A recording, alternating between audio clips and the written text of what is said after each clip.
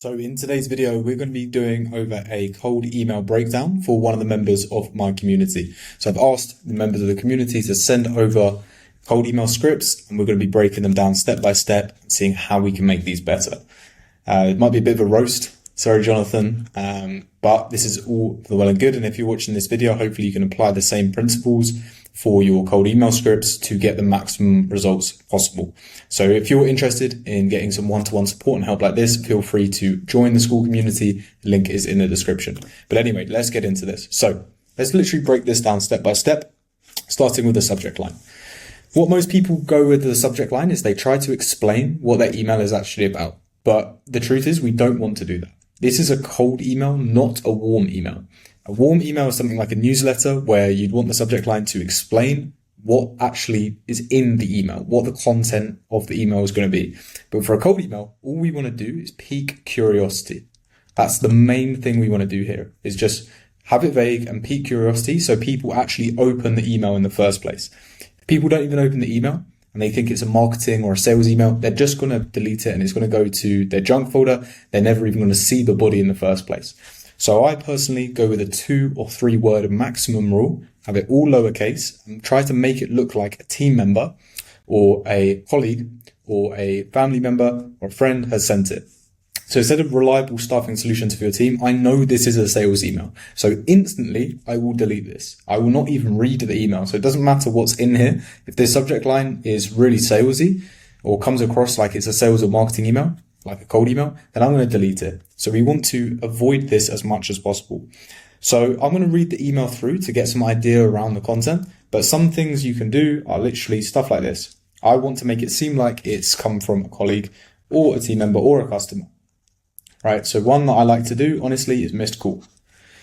This might seem like if you send something like this, people get annoyed because you haven't called them. But I've never seen this to be the case. I just purely want to pique curiosity to get someone to open this. So missed call can be a good one. If we're actually talking about streamlining the hiring process, then something that's more relevant could literally be like your team. Because if you're a business owner and you see someone say your team in the subject line with all lowercase, you think, oh, like someone's saying something good about my team, and someone's saying something bad. I want to know what it says, right? So it's more likely to open it. It doesn't look like it's a sales or marketing email. So missed call, your team, having a look at this as well. You could go with the classic, literally just query or question. I wouldn't necessarily go with question or quick question. If you're going to do one like that, I'd put query. Sounds like it could be an inquiry. I could also put inquiry, but something that's very, very vague and will pique curiosity. So that's the big change we'll make around the subject line. So I think the best one for this, potentially Jonathan for yourself, would be your team. Literally just say your team, and then this is very likely to get it open. Now, once again, as soon as someone's clicked on the email, we only have a few seconds really to grasp their interest. If they read the first few lines and they're not interested, they're just going to delete it again, because everyone's attention span is extremely short these days. We need to make the biggest impact as quickly as possible. This is probably, I think, the worst thing to start an email with. I would never say, I hope this message finds you well. Firstly, screams automation. Secondly, doesn't add any value to the prospect whatsoever. Okay. And it just looks like, once again, a sales and marketing email.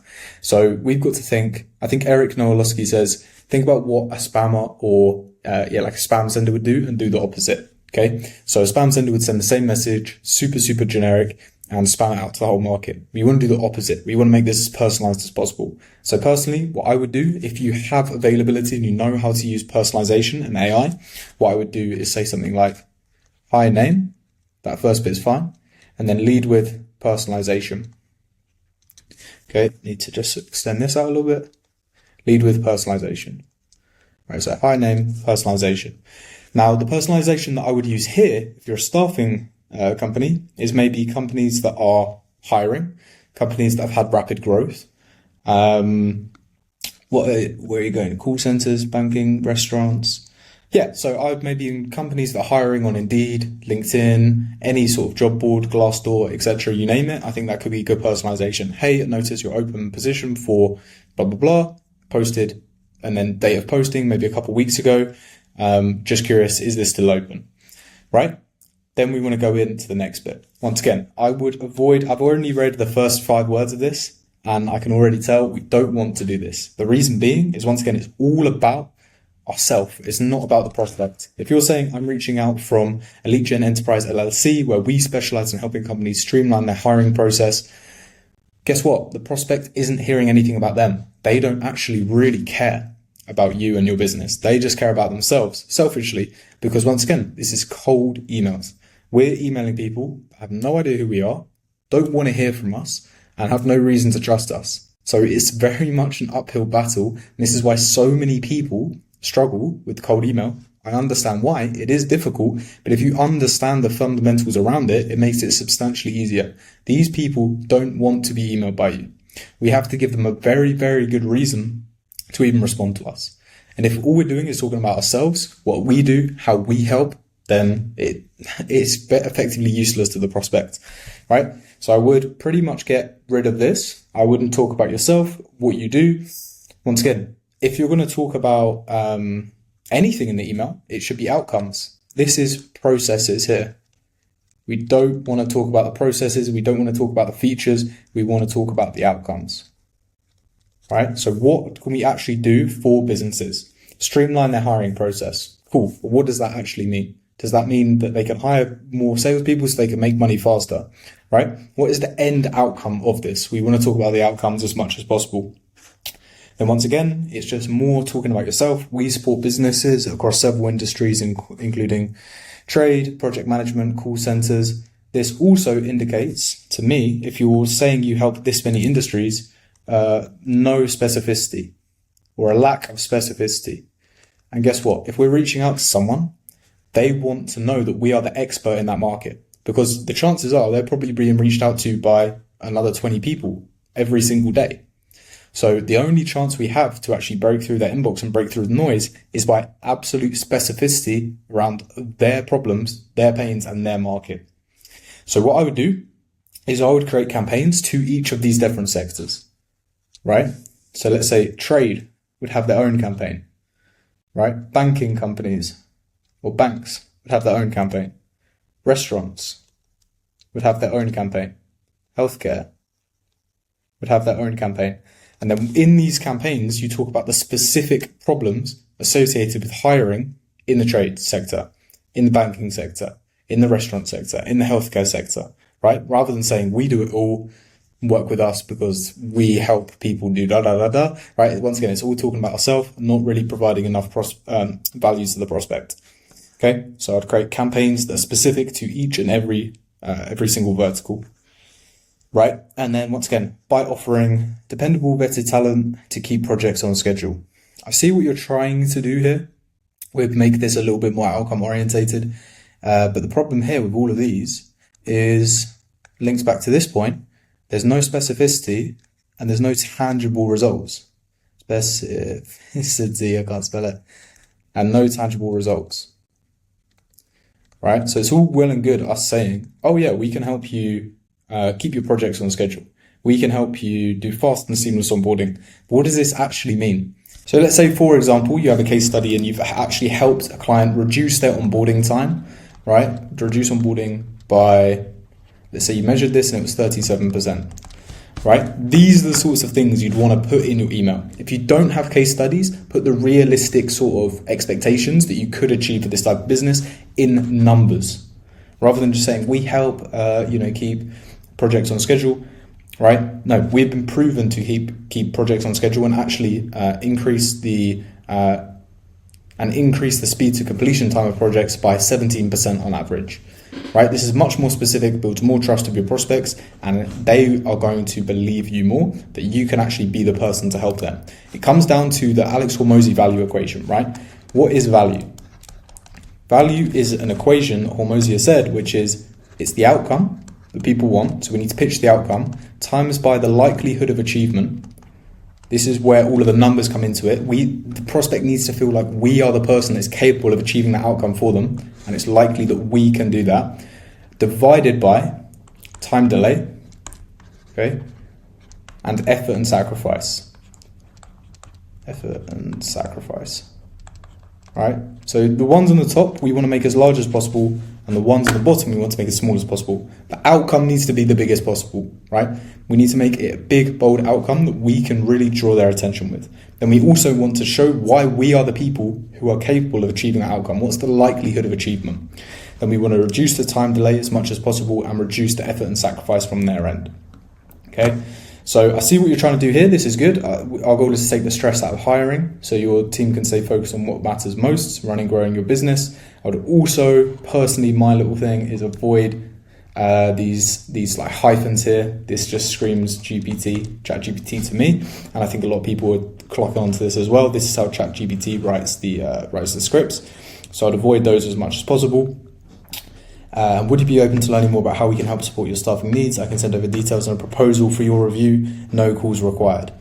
I mean, some people like the fact they don't have to jump on a call, but asking if you're open to receiving a proposal on the first cold email to me is pretty crazy. You don't have enough to create a proposal. You don't know if you can help these people. They can't trust you, right? They haven't seen enough of your content. They haven't seen enough of what you can do. To me, it's just too early for that, right? So overall, and then I'd obviously remove the link as well from your signature. So no link allowed. This will help deliverability. Overall, the main things around this email is it's way too long. I would make this ideally 50 to 100 words and no more than that. Okay, I'm not sure what this is now, but I would guess that it's probably more than 100 words. The other thing is it's not valuable enough to the prospect, right? Valuable enough to prospect.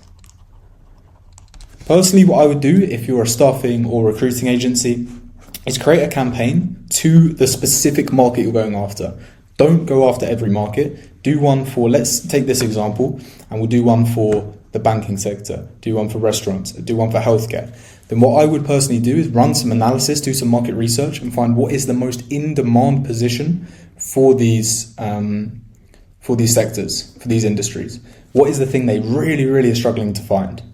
Okay, what is it they're really struggling to find? You can do this based off how many open jobs there are in the market and the trend amongst all these jobs, but find what they're really struggling with, the biggest pain in the market, and then I would offer them a candidate that matches that criteria. This is technically, in staffing and recruiting, this is our lead magnet. And I personally, through the work I've done in the staffing and recruiting market, call this an MPC, or most placeable candidate. So this is a little bit more specific to the recruiting market, if you're in that. But this would act as a lead magnet, right? So I'm sure if you've watched my videos, and if you haven't, I've got plenty of videos on my channel explaining how I create my scripts. But what I really do is a 4-step part. It's intro and personalization at the top. So hey name, and then some sort of personalization that we can find of them using AI. Then I go straight into my offer. If we could help you achieve outcome in time frame without pain, would that be of interest? Then I pitch a lead magnet. In this case, it would be, I understand finding chefs in the restaurant space with 5 years of experience is probably is the biggest challenge for most restaurants in area.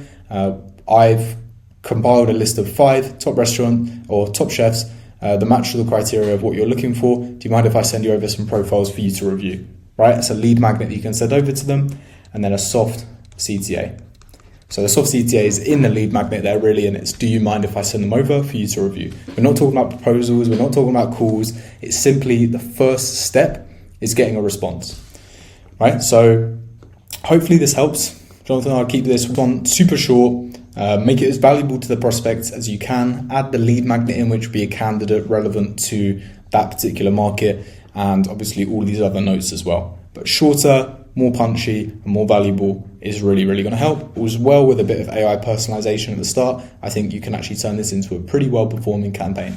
So hopefully that's been useful. Once again, if you want access to little trainings like this, and also the free course that we have inside the community, you can see that this here, as well as our Q&As. Feel free to join, and hopefully I'll see you in there. If not, hopefully this video has been useful, and I'll see you on the next one. Bye-bye.